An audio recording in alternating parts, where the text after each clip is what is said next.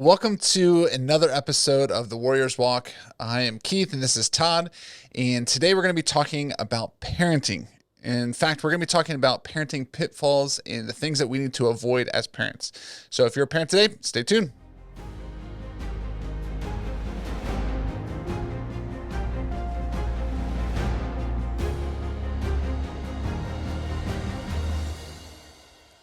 Now, Todd, you have been a parent and now a grandparent for how many years? How many years have you been a grandparent now? Going on 6 years. 6 years, okay. Papa is my official title Okay, now. so Papa, so not Grandpa or all the different Little weird kids names. had their Yeah. way. I'm Papa. Very cool. Yeah. Well, what has been some of the things that you remember, like milestones and maybe incidents along the way, like of parenting? I mean, I know that's such a broad area of your life since you've been a parent and now a grandparent. But when you think of parenting, when it comes to different seasons of things that you've been through as a parent and now a grandparent, what are some things that have been the most challenging? Wow. Most challenging. Well, for me, I think one of the challenges was my very firstborn.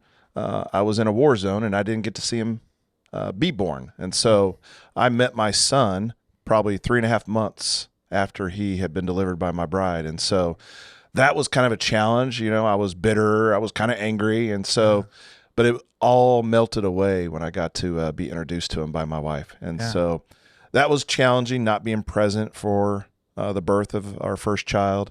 And then, like any new parent, you feel ill-equipped. You just like, there's so much I don't know. And so going through those changes and seasons, and then I think even learning to parent with my wife, you know, not that we hadn't collaborated, but then just those mid-course adjustments. I remember one time when our son was 5, we also had a little girl and another little girl on the way. And it was when I was an instructor at BUDS, you know, the Basic Underwater Demolition SEAL School for those listening. And I just finished being a Hell Week instructor, did the graveyard shift, and typically we're a little brutal. And I came home, and again, you're just used to students instantly responding to your commands. And so I came home and kissed my wife and hugged my little boy and little girl. And then I asked my son to clean up his room. And I gave it like one Mississippi, and then he didn't. I was like, hey, I said, clean up your room. And he cried and he ran off to his room. And then my wife pulled me aside gently, not in front of our daughter or him. And she's like, so your children are not your students, and maybe we need to figure out a different tone. And thankfully, that was the only course correction I needed in that type of parenting. Yeah. And I did. I just took a deep breath and I was like, what am I doing? Good grief. You know, they're little kids. Yeah. And so that was challenging. And then we had a really good season where the next few years where God was gracious and our kids were obedient and didn't reflect their mom and dad's sin nature until teenage years. And then that was a season of difficulty. I think each one of our kids, you know, and I won't throw them under the bus completely, but each one did some things that shocked us. And they told us it was in those seasons when we forgave them for things they thought they would not be forgiven for, that the gospel became real. Like, wow, mom and dad actually believe this gospel stuff. Yeah. And I think that helped each one of them in their own walk. And then, you know, and we'll get into it more, I'm sure, later, but just going from authoritative figure to a coach. And that was hard for, you know, the firstborn, but then you start to learn and do better, I think, in your second, third, et cetera. You know, then there's the transitions of college, and then they get married and all the other things. So lots of challenges, but very rewarding. Yeah. And would you say, as you grew up, do you think you were ready to be a parent, and you had a prime example of what that looked like when you were hit the ground running? Even just meeting your firstborn, how old was he when you first met him? A few months old? 3.5 months old. Yeah. And so do you feel like, you know, you were prepared to be a godly parent at that point? Actually, in some ways, yes. And in some ways, no. And I'll explain. You know, having a dad that left early on, you know, as a little boy, I had to grow up pretty quick. And so even though he didn't show the best examples of fatherhood, I saw some examples of what not to do. And again, this isn't slander towards my dad. And I did have some godly grandfathers that I definitely gleaned lessons from them. But again, that generation, they weren't real lovey-dovey. They showed love by like, hey, I fed you today, you know, and I gave you a roof type thing. But they also showed love by just spending time with me. And so I think I was very intentional. I think my wife and kids would say, that I was present when I was home because I was gone a lot.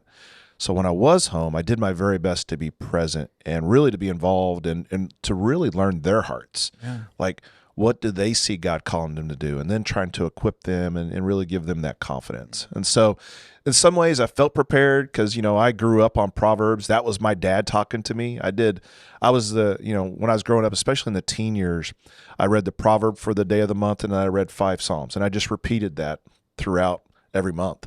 And so I found like there's just such tremendous wisdom and principles in Proverbs that really helped me in parenting. Doesn't mean I made mistakes. I made tons of them, but that helped prepare me for sure. Well, and I think that's where, we have to sometimes correct the expectation, because we both are on staff at a church. Like we've worked in ministry. We have kids, and now you have grandkids. And so I think there's like this weird expectation that we're perfect parents, or like that we're, like that we know what we're doing all the time, and that we're, we don't have any flaws when it comes to it. And I think from my experience, becoming a dad, so we have 4 boys now. The oldest just turned 13, as you know. And so I have a teenager now, so I'm entering in that new stage. And one of the things that I feel like, I've learned, in this stage of parenting, since we started 13 years ago, was that I wasn't perfect. Like I didn't really know what it was like. I had mentors that were godly and that I looked up to spiritually, but at home growing up, I didn't have like a spiritual, guide or, a godly parents in my home that were teaching something that I found so valuable. As a teenager, I started walking with Christ. And so when I became a parent, I was like, okay, I know how to be like a public Christian. Like I know, like, because I've seen like such godly examples, and it wasn't until, I had a mentor in college that was a professor, and he, the college was small enough to where he would invite us over, some of the students, like for dinner, and we got to see him interact with his kids and his wife.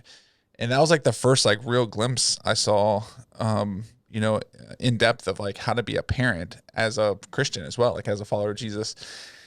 And so and still I'm learning that. Like I still feel very insecure about my ability to lead, spiritually, like in my own home, because I'm still figuring all that out always. Like I'm always trying to learn, and maybe sometimes I'm overcompensating where I'm like way on the extreme side, because I'm like, okay, I gotta really, be this example at home, and then and other times I'm like, I have no idea what I'm doing, and we've had kind of a unique perspective that we've both served in ministry long enough to where we've seen, other people that have brought, issues or frustrations or problems that they're having with parenting.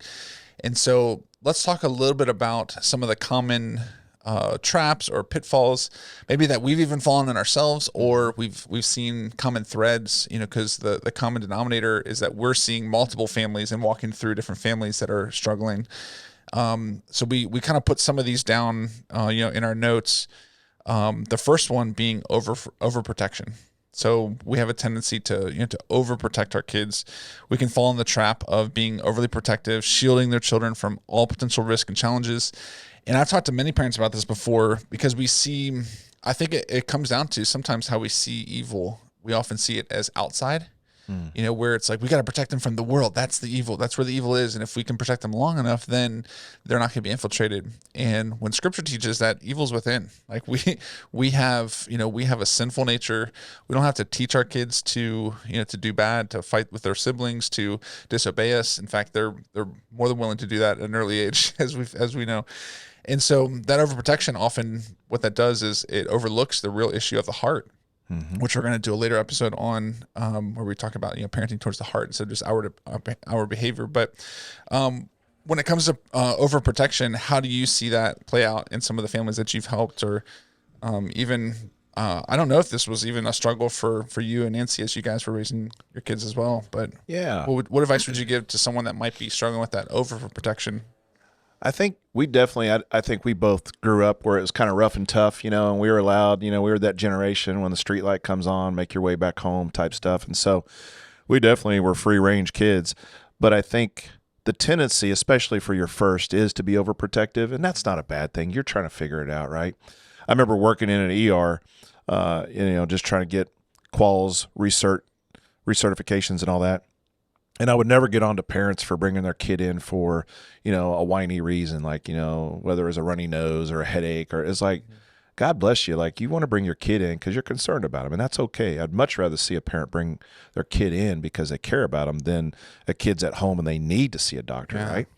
And so I think one of the pitfalls, though, is if you continue to overprotect your child, you're not really doing your job. Like, God's given you the responsibility to raise this child and launch them. And so, I've always taught, and we don't have time to go into all the Hebrew lessons, but there's 2 stories in Hebrew that really reflect the word for parenting. One of them is to create, like a gentle rain. And I love that. I love gardening. I know your wife gardens, and you benefited from them, tremendously. But it's this idea, if you get the right amount of rain, then your crops are going to flourish and they're going to grow. If you don't, they're going to dry up. And if it rains too much, they're going to spoil and be ruined. Equate that rain to love. If we give the right amount of love, those kids are going to flourish, right? If we don't give them any love, they're going to dry up. They're going to wither away. And then if you overdo it, overprotect, then they're going to be spoiled. They're going to be rotten, and they're not going to be adjusting and ready to launch. And so, and it's tough. Like, we'll talk about this later, but, going from an authority figure to a coach, and that you're supposed to do that. And then the second picture, and that's really the segue into the second word for parenting, is it's launching an arrow. And you pray differently when you launch your kids. Like, each one of my kids does not live at home now. They're married, and I don't know what they're doing right now. And so you pray differently for your adult kids. And so I love that, though. But if we would have hovered their whole life and never given them room to fail, but be that safety net at home, then they wouldn't have been ready to launch as well as they did. Well, and I think even that overprotection, there's many different levels of that, right? So you have like just wisdom, it's like, don't let your kids play in the street when there's a lot of traffic. It's like, okay, that's like, wouldn't be considered overprotection. And I think, there's isolation temptation for a lot of families. But some of that's out of, fear. I think, and this is what I coach even parents, that are considering different, schooling options like private school or homeschool.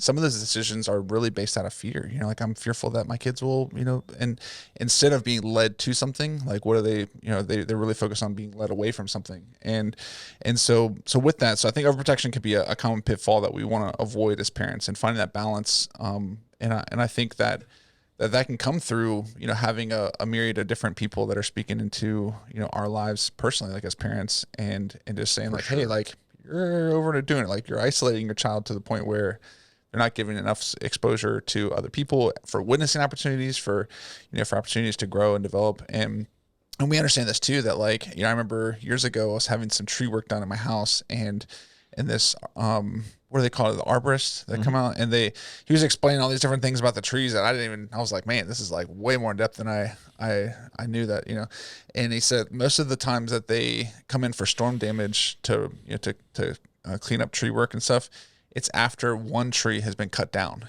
and then the next storm, trees all around it fall, because they have basically, developed those stress fractures over time, being exposed to the wind. And then once you remove all that, they're actually more likely to have damage. And so in other words, what I'm saying is sometimes that exposure to, the world and allowing them to make decisions can actually help them be strong and develop, instead of just protecting them from that, so that they'll stay, and remain weak. Well, a good example of that is dating, right? A lot of opinions on when your child should date, but I'm a firm believer, like, let your child date while they live at home so that you can be involved in the process. If you wait till college and, or you think your child's they're not going to date till they're 35, you're fooling yourself, right?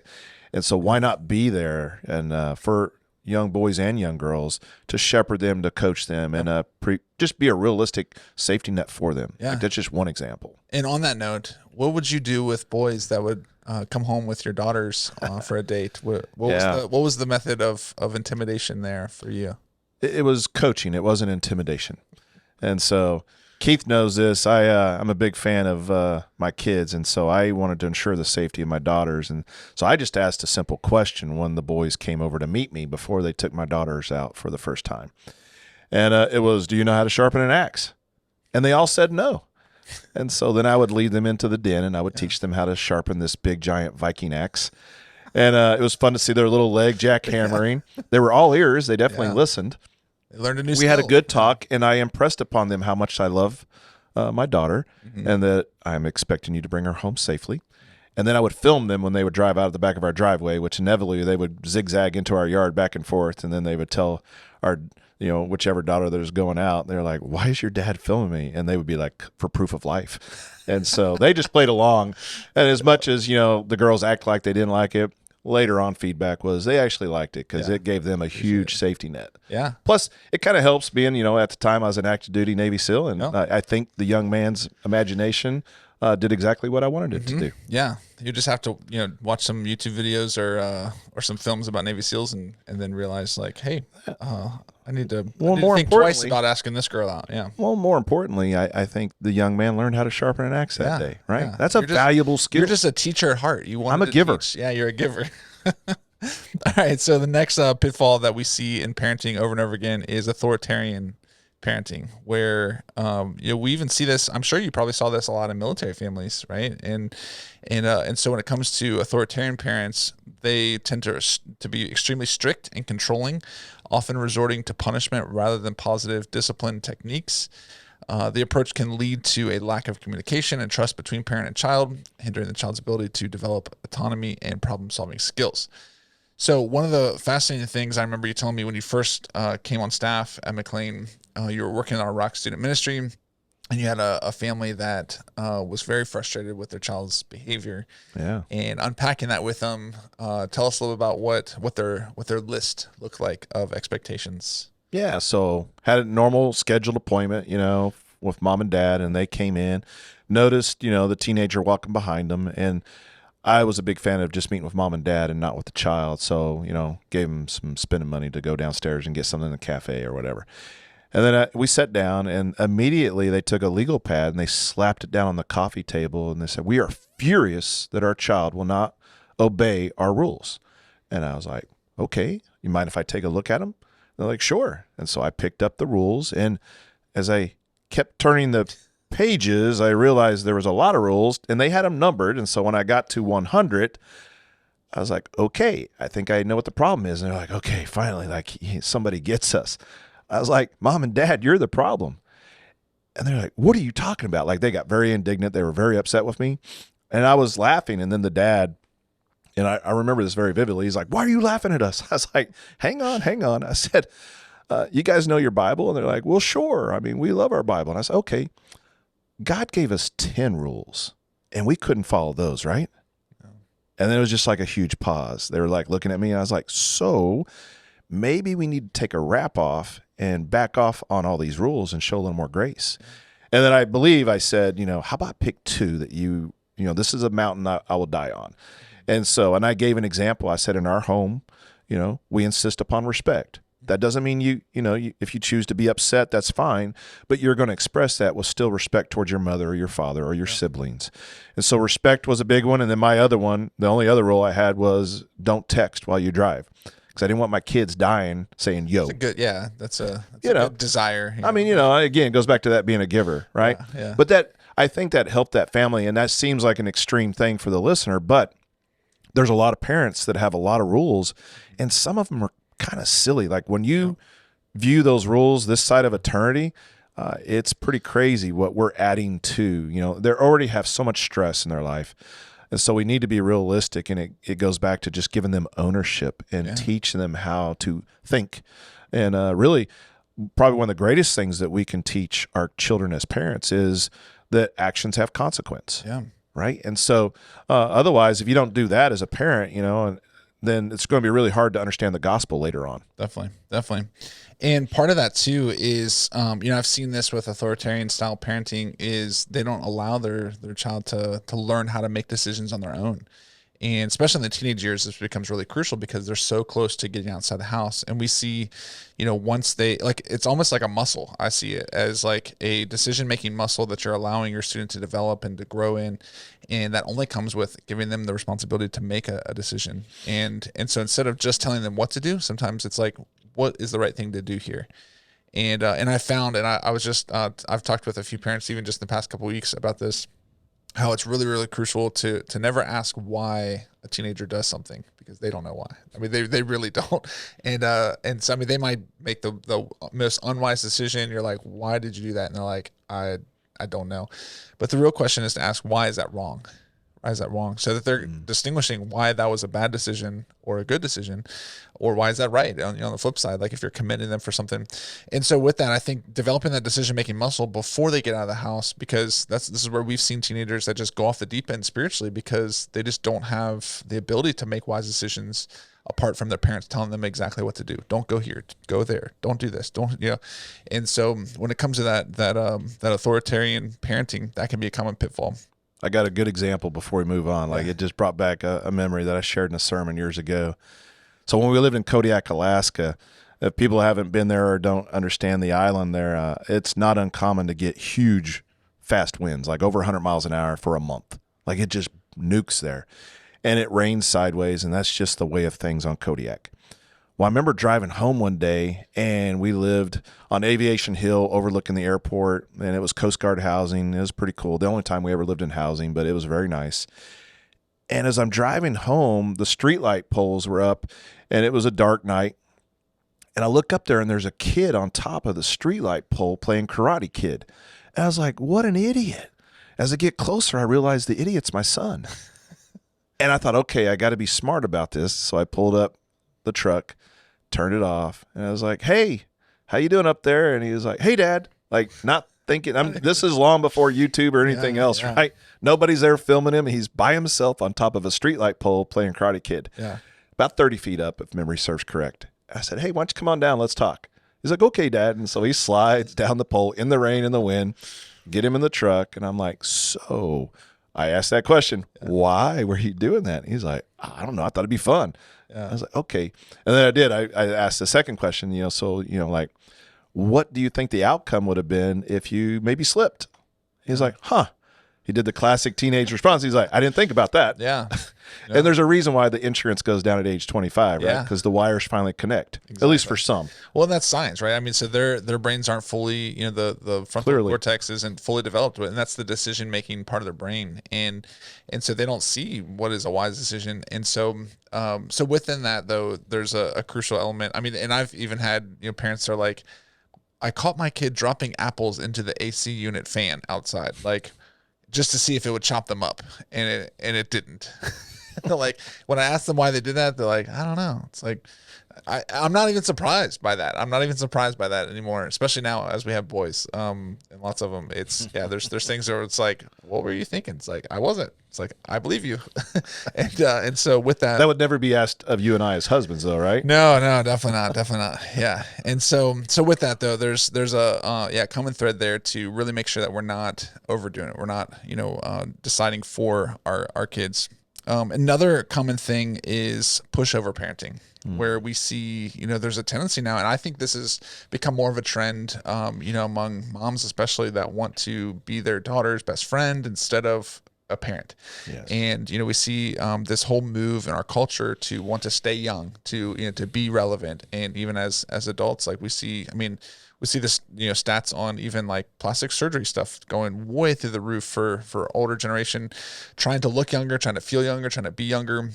And with that too, there's a tendency, I've seen a lot of teenage or parents of teenagers where they want to, fit in. They want to be respected or loved more by their friend or by their children as friends. And so when it comes to that style of parenting, what are some common things that you've seen that might be dangerous in that style of parenting? Well, I think you hit the nail on the head in that parents need to be parents, and you can still have a friendship there, and that develops even more as adults, right? We have tremendous relationships with our kids today as adults, but there needs to be you're the one that's setting boundaries, and kids need boundaries, and they're going to push until they find them. So you're the one that they're bouncing things off of to find those pleasant boundaries where they can thrive in. And I think if you become their friend, then they're going to treat you like a friend, and they're not going to see you as an authority figure, and they're not going to listen to you the same way. And I don't know. I just personally, I've seen so much hurt done from it coming from this style of parenting as well, where it causes confusion for the kids, and they don't know what to do. Like they're going to find somebody to tell them what to do. And so my encouragement to mom and dads listening is you still have the most influence on your child. Yep. by far. And you and I, we've experienced this right in the church, where a lot of times parents think, hey, even though we're not modeling Christ-like behavior, like 1 hour in the church will fix our kid every week. And that's just not true. Like, and it's not our responsibility to raise them. Like, we partner with parents, right? And so then I think it is, when parents are looking for help, we can identify that as a neutral observer and listen and go, actually, I notice like your kid seems to boss you around, mom or dad. And I get it. Like we definitely want to be, having a relationship with them and to be their friend, but we don't want that to supersede the fact that we're their parents and God's given us a role to play that's very important in their life. Yeah. Well, and I would encourage just to embrace the season of age and even authority that you have in this life, because not everybody even gets to grow old.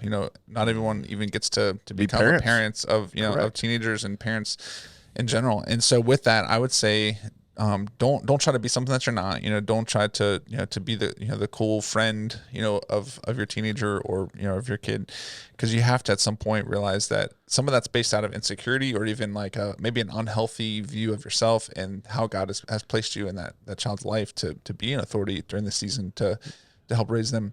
And I think that goes into the last thing that we're gonna address as common pitfalls is lack of self-care. So oftentimes we see we're not great parents because we're not taking care of ourselves, or we're not actually right with our relationship with the Lord, and that's playing out to our impatience to our kids, or it's playing out through things that we're dying on the hill of just preference instead of a command of God. And so when it comes to that lack of self-care, there's a analogy that we use often for lots of different things, even for ministers and pastors and stuff that we see is the starving baker syndrome, where we're trying to serve other people so much that we're not taking care of ourselves, and ultimately that hurts the people that we're trying to serve, because if we're out, then it's going to be hard to to really even be more effective long term. So how have you seen that played out in maybe even in your own parenting and in life, but also just in things that you've observed in ministry?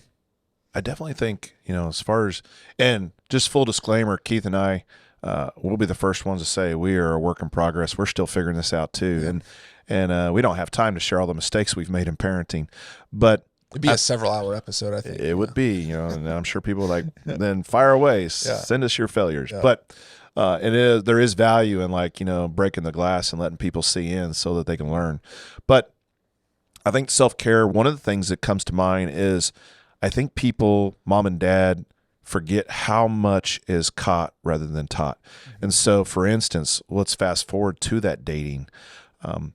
Young men and young women in your home, those little boys and little girls are going to learn how they're to be treated by how you treat your spouse.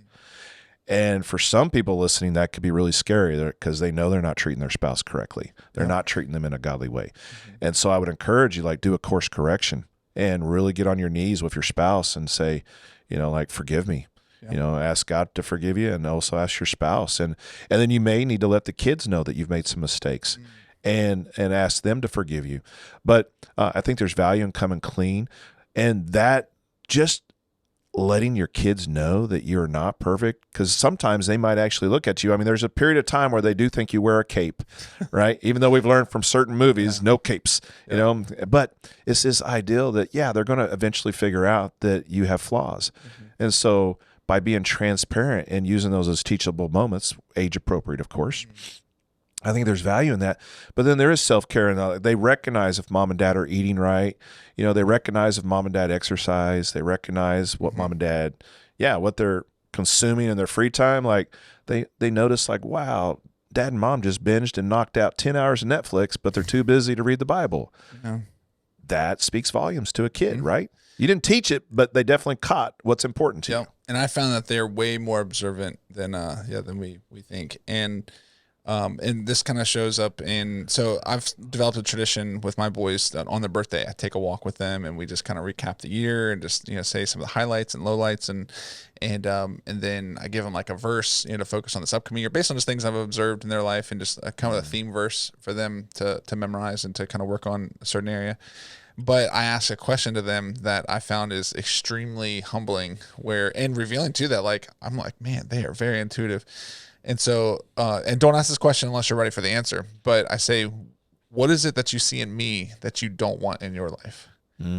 And then just wait for the response. Don't like say like, don't suggest anything. Just say like, just ask that question and then wait for the response. And of course, I'm not asking my, my 6 and 4-year-old that question. But my older two, they've been able to give me some really good zingers and things. I'm like, man, this is what I need to work on. And it's been very humbling. That would probably, I would encourage people listening maybe to have a balancing question with what are some things you see that you do want to emulate or whatever. And so I think, because I mean, hopefully they see both, right? Yeah, and that definitely. both, I think it would encourage you, but it would also be revealing. Yeah. And one that's, just to give you an example, I'd show everybody the video, but it was so telling. One of our grandkids, she wasn't even 2, and she's in our backyard. And we have one of those little playgrounds, and I got carried away with grandkids. I was like wanting to buy this pirate ship out of Trek material, and it cost more than a car. My wife was like, maybe a regular playground? She was right. So I got a regular playground. But this little girl watched her papa go down the slide, and it was like this little beam I had to crawl underneath. And apparently I made a lot of noises getting underneath it.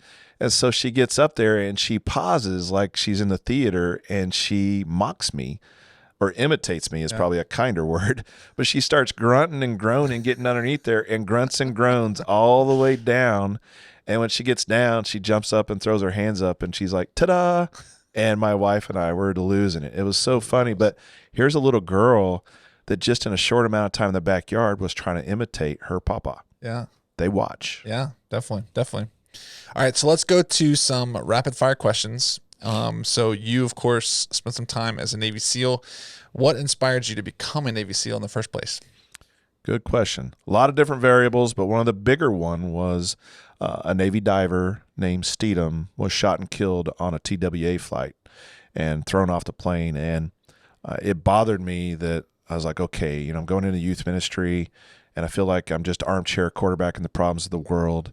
And, my era, it was school was on a typewriter and microfiche was our internet. So the viewfinder. And so I found one paragraph on the SEAL teams, and it was kind of like an Ernest Shackleton ad. It was low pay, doubtful return, but recognition upon success. Oh. And I was like, I'm in. And you had to try out once you're in the service. And so it was full commitment. And so that was probably one of the bigger reasons I went in. There's a lot of other ones, but then I'd be unpacking too much baggage. Yeah. So how, when you're preparing for a mission, how do you mentally prepare for high stake missions? Interesting question. I would say the way we prepare for high stakes missions is that we train all the time. In fact, I would say most guys, they would probably echo this in my community, is that most of the training we've done has actually been harder than the actual real world missions. Yeah. I mean, because we can be jerks to each other, and we can set up some really difficult situations based off of our experience that we've seen overseas, and we know like advanced tactics, and we can really mess with each other. So I think just proper training is so important, and I'm so thankful that I had just some incredible people that trained me in my own life, and hopefully I did the same for the younger generation. Yeah. And so on that note, how would you handle fear and uncertainty during combat situations? Interesting question as well. I would say personally, it goes back to that training. I think we all feel a different measure of fear for sure. I like to play things out in that, let's say this is the last day of my life. What I want to be known for. And so, yeah, I know everyone's got little jitters in their stomach and stuff like that, but I'd rather be the guy that, just, let's go get some.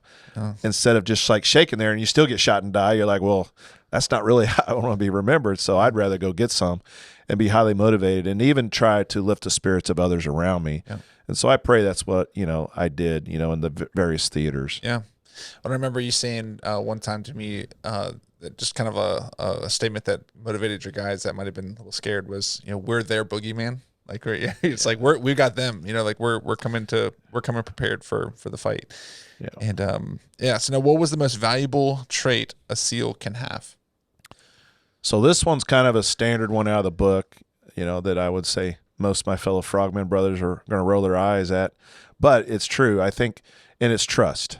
Trust is such a big thing because we have a lot of guys. I can think of a lot of guys that were better at everything, than I was. But the most prized attribute was a guy that you could trust. And then I would say to piggyback off of that, it was also cool to meet someone who could make you as good as them or better than them. And so we had a lot of guys that maybe they're 99 percentile, but they didn't know how to train anybody or equip somebody to be like them or even near their capability.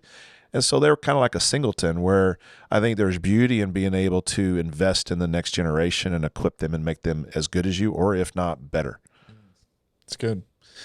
And so what physical fitness routines do you follow even now to stay in tip-top shape?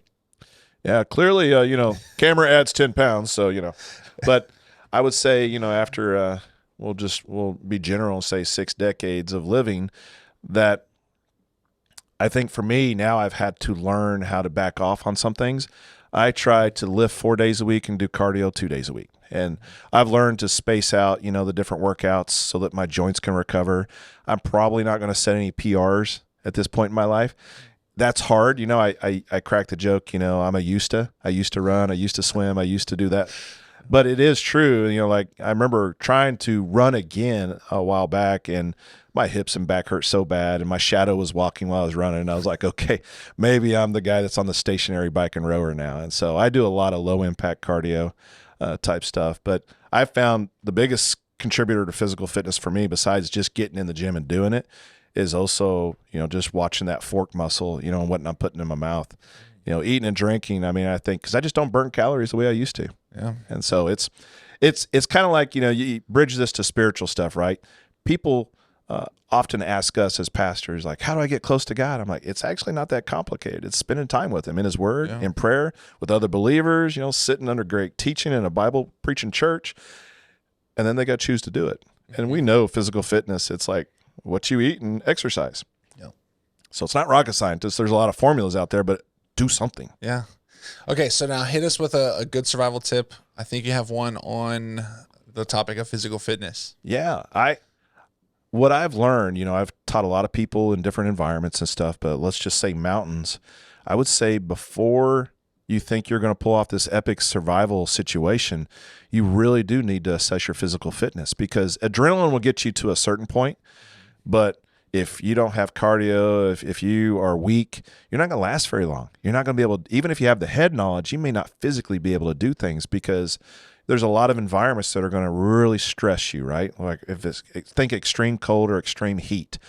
And you have a limited amount of time. And so if you are not physically fit, you're so far behind on what you could do and how long you can survive. And then for those of you that are, have family, maybe you have a spouse, you have kids or grandkids, you're going to be of no value to them. You won't be able to help them, and you might even be a liability. So you got to find something to motivate you to stay fit, so that you can thrive in those environments longer. Because there is a rule of thumb. I worked or volunteered for a search and rescue in Kodiak, Alaska.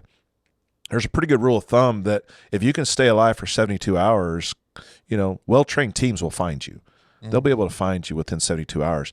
But you need to maintain your body core temperature. You need to know how to do all those things. Yeah. And a lot of that goes back to, just, again, personal fitness and, proper clothing for those environments. And on it goes. But yeah, super use.